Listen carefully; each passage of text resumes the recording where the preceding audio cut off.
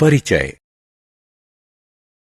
जिस दिन आकाश स्वच्छ हो उस दिन हम आकाश में बहुत से तारों को चमकते हुए देख सकते हैं। इस चारों तरफ फैले विशाल क्षेत्र को अंतरिक्ष कहते हैं। अंतरिक्ष में वह सब कुछ शामिल है, सुदूर के तारे, ग्रह, उपग्रह और हमारी पृथ्वी एवं इस पर पाई जाने वाली सभी वस्तुएं भी।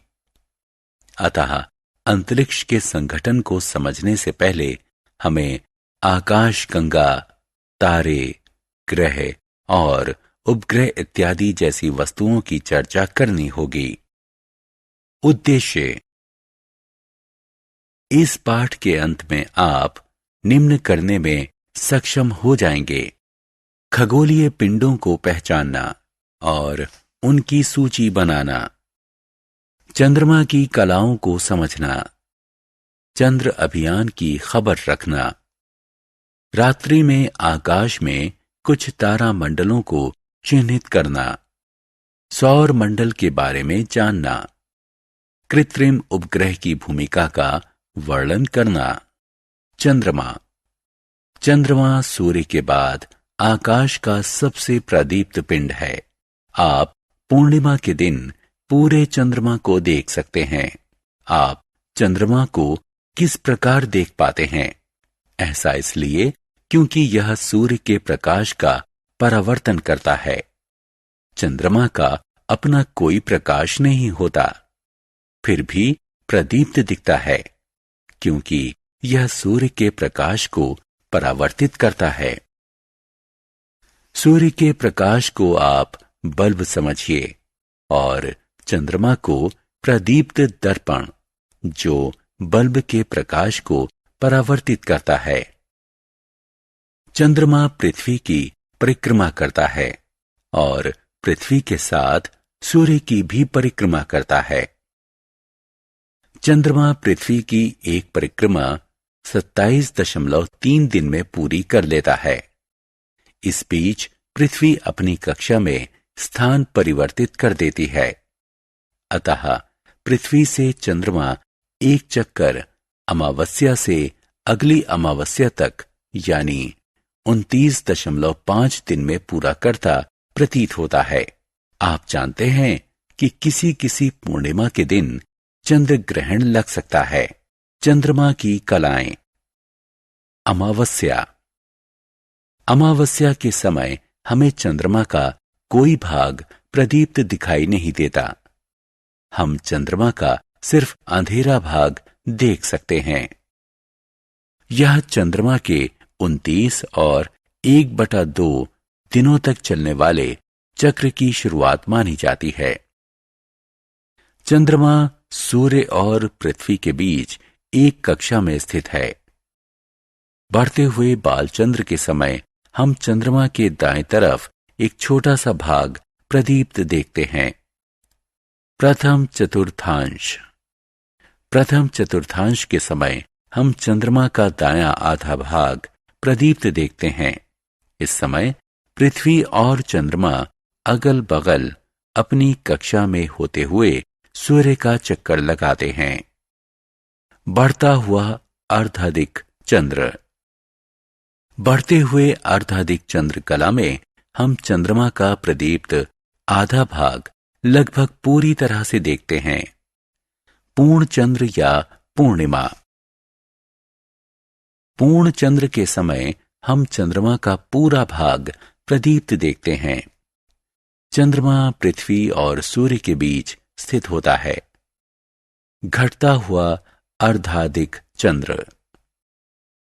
घटते हुए अर्धाधिक चंद्र कला में चंद्रमा का बायां आधा भाग लगभग पूरी तरह प्रदीप्त दिखता है। आखिरी चतुर्थांश। आखिरी चतुर्थांश कला में हम चंद्रमा का बायां आधा भाग प्रदीप्त देखते हैं। पृथ्वी और चंद्रमा सूर्य के परित अपनी कक्षा में अगल बगल होते हैं। घटता हुआ बालचंद्र। घटते हुए बालचंद्र के समय हम चंद्रमा के बाईं तरफ एक छोटा सा भाग प्रदीप्त देखते हैं। चंद्रमा का पृष्ठ। पृथ्वी का एकमात्र प्राकृतिक उपग्रह चंद्रमा आकार में पृथ्वी से 1/4 जो कि 3474 किलोमीटर व्यास है। यह पृथ्वी और चंद्रमा को आभासी रूप से एक दोहरा ग्रह बनाता है। छोटे आकार के कारण चंद्रमा का गुरुत्व पृथ्वी के गुरुत्व का 1/6 हिस्सा है, यानी एक व्यक्ति जिसका भार पृथ्वी पर 60 किलोग्राम होता है, उसका भार चंद्रमा पर 10 किलोग्राम होगा। तारामंडल। चंद्रमा विहीन रात्रि में हम हजारों तारों को देखते हैं। इनमें से कुछ तारे विशेष समूह या आकृति में सजे होते हैं। तारों का एक समूह भालू की बाह्य आकृति जैसा दिखता है। एक अन्य समूह शिकारी के आकार का दिखता है। ऐसे ही अन्य समूह हैं। वे तारे जो एक बंद समूह में हों और पहचानने लायक कोई आकृति बनाएं, तो उनकी इस सज्जा को तारामंडल कहते हैं। उर्सा मेजर तारामंडल या ग्रेट बियर तारामंडल। उर्सा मेजर तारामंडल का भारतीय नाम सप्तऋषि तारामंडल है। ग्रेट बियर तारामंडल हमें आकाश में जड़ी हुई करछी या प्रश्नवाचक चिन्ह का स्मरण कराता है। उर्सा मेजर तारामंडल या ग्रेट बियर तारामंडल में 7 चमकीले तारे होते हैं, जिनकी आकृति बड़े भालू जैसी दिखती है। Small deeper. उर्सा माइनर या स्मॉल डीपर तारामंडल में भी 7 तारे होते हैं। ध्रुव तारा उर्सा माइनर के हत्थे के सिरे जैसी आकृति बनाता है। ओरायन तारामंडल। ओरायन तारामंडल का भारतीय नाम मृग तारामंडल है। इसमें भी 7 प्रमुख तारे होते हैं। मृग तारामंडल में तारों की व्यवस्था को चित्र में दर्शाया गया है। ओरियन का अर्थ होता है शिकारी, अतः ओरायन तारामंडल की आकृति को एक शिकारी जैसी आकृति माना जाता है। सौर मंडल। सौर मंडल में सूर्य, उसके ग्रह एवं उनके उपग्रह या चंद्रमा और हजारों दूसरे खगोलीय पिंड जैसे क्षुद्र ग्रह, धूमकेतु और उल्काएं इत्यादि। सौर मंडल सूर्य से प्रभावित है। सूर्य सौर मंडल के केंद्र में है और शेष सभी पिंड इसकी परिक्रमा करते हैं। सूर्य का गुरुत्वाकर्षण खिंचाव सूर्य की परिक्रमा करने वाले ग्रहों और अन्य पिंडों को बनाए रखता है। अतः सौर मंडल के सभी सदस्यों की गति सूर्य के गुरुत्वाकर्षण बल से नियंत्रित होती है। क्या आप जानते हैं, सन 2006 तक सौर मंडल में कुल 9 ग्रह थे। प्लूटो सौर मंडल का सूर्य से दूरतम ग्रह था। सन 2006 में अंतर्राष्ट्रीय खगोलीय संघ ने ग्रह की नई परिभाषा को अपनाया, जिसके अनुसार प्लूटो ग्रहों की श्रेणी में नहीं आता। अब ये सौर परिवार का ग्रह नहीं है। उपग्रह या चंद्रमा। उपग्रह या चंद्रमा एक ठोस खगोलीय पिंड होता है जो ग्रहों के चारों तरफ परिक्रमा करता है। चंद्रमा पृथ्वी की परिक्रमा करता है, अतः चंद्रमा पृथ्वी का प्राकृतिक उपग्रह है। उपग्रह अपना प्रकाश स्वयं उत्पन्न नहीं करते। वो प्रदीप्त होते हैं क्योंकि वो सूर्य के प्रकाश को परावर्तित करते हैं। अब हम पृथ्वी के उपग्रह चंद्रमा की विस्तार से चर्चा करेंगे। ये ध्यान दिया जाना चाहिए कि हालांकि हम सामान्य तौर पर पृथ्वी के उपग्रह को चंद्रमा कहते हैं, लेकिन दूसरे ग्रहों के उपग्रहों को भी चंद्रमा कहा जा सकता है। ग्रह। ग्रह ठोस खगोलीय पिंड होते हैं जो सूर्य के चारों तरफ एक बंद अंडाकार पथ पर परिक्रमा करते हैं। ग्रह शैलों और धातुओं से बने होते हैं और ये अपना प्रकाश उत्पन्न नहीं करते। ग्रह सूर्य के प्रकाश को परावर्तित करने के कारण चमकते हैं। क्योंकि ग्रह तारों से बहुत पास होते हैं, इसलिए वो बड़े दिखते हैं और रात को चमकते नहीं हैं। ग्रह सूर्य के चारों तरफ पश्चिम से पूर्व की तरफ परिक्रमा करते हैं, इसलिए ग्रहों की सापेक्षिक स्थिति परिवर्तित होती रहती है। सूर्य या दूसरे तारों की तुलना में ग्रह बहुत छोटे होते हैं।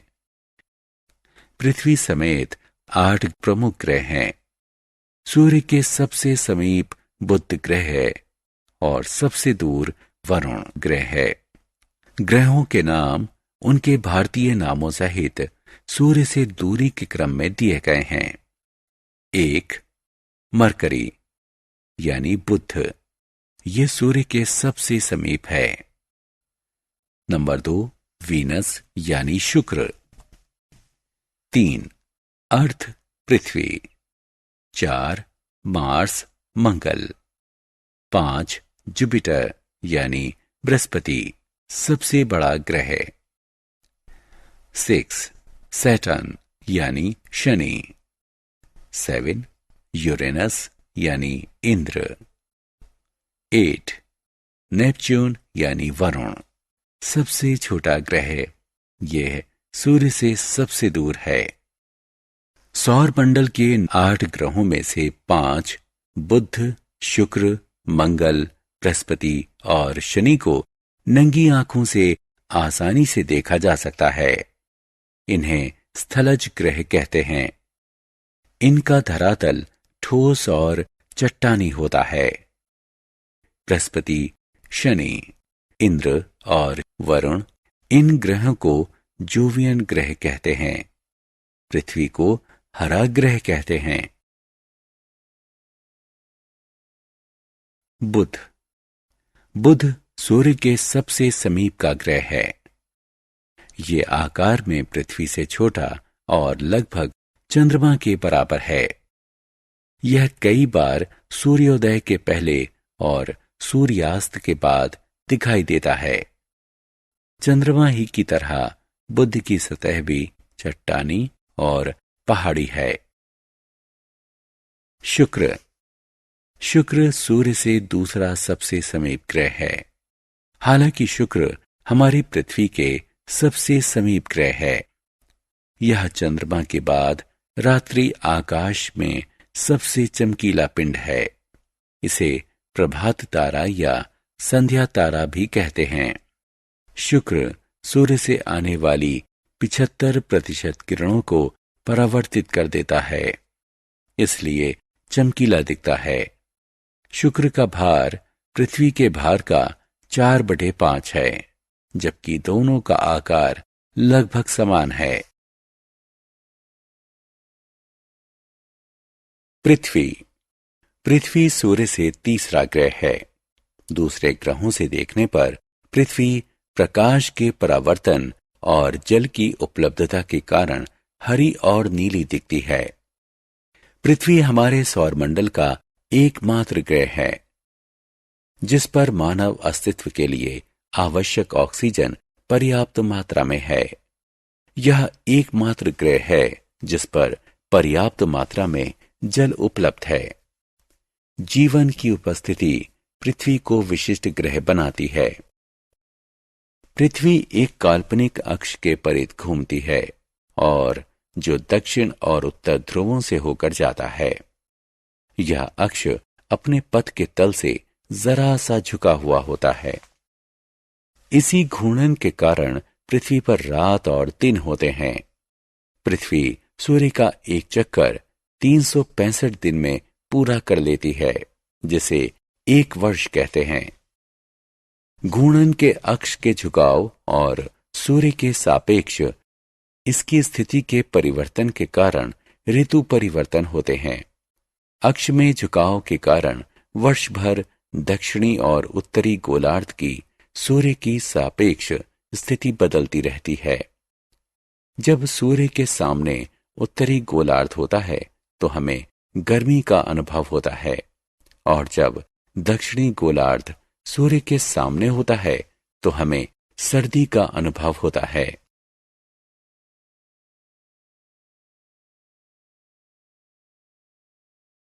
मंगल। मंगल सूर्य से चौथे स्थान पर है। क्योंकि मंगल ग्रह सूर्य से काफी दूर है, इसलिए यह एक ठंडा ग्रह है। मंगल ग्रह पर वायुमंडल है, जिसमें कार्बन डाइऑक्साइड, नाइट्रोजन, हाइड्रोजन और ऑक्सीजन के चिन्ह पाए गए हैं। मंगल पर प्राप्त ऑक्सीजन बहुत कम है और मनुष्य के अस्तित्व के लिए अपर्याप्त है। बृहस्पति। बृहस्पति सूर्य से पांचवां ग्रह है। यह सौरमंडल का सबसे बड़ा ग्रह है। यह पहला गैस वाला ग्रह है जो हाइड्रोजन और हीलियम से बना है। आकाश में ये एक चमकदार पिंड के रूप में दिखता है और दूरदर्शक से देखने पर यह रंग बिरंगा दिखता है, लेकिन यह बहुत पतला है। इसका वायुमंडल बहुत सघन है।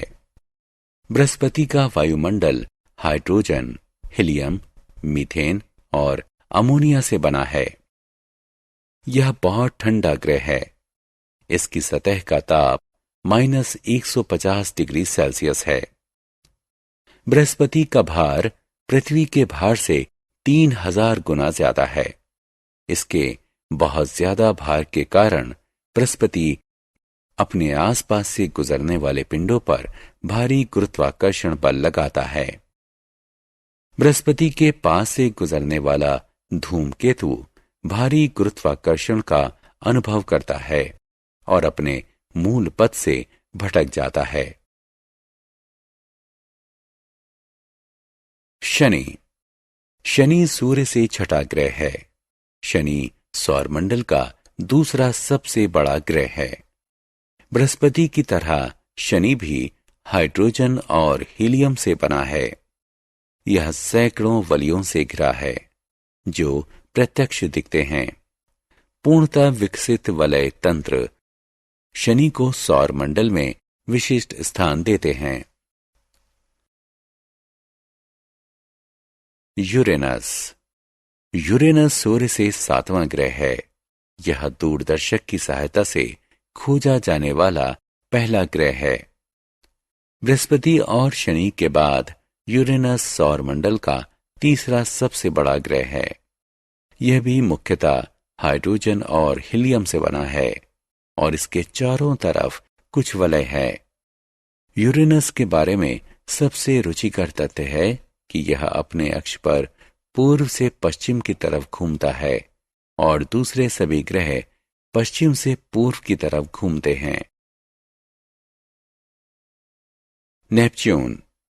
नेपच्यून यूरेनस के ठीक बगल में स्थित है। सूर्य की तरफ से बाहर की ओर गिनती करने पर यह सौरमंडल का 8वां ग्रह है। नेपच्यून का आकार यूरेनस के समान ही है और ये बड़े ग्रहों में आखिरी है। नेपच्यून के चारों तरफ भी कुछ वलय हैं।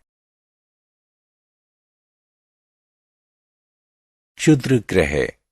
क्षुद्र ग्रह चट्टान और धातु के बहुत छोटे ग्रह होते हैं जो सूर्य के चारों तरफ परिक्रमा करते हैं।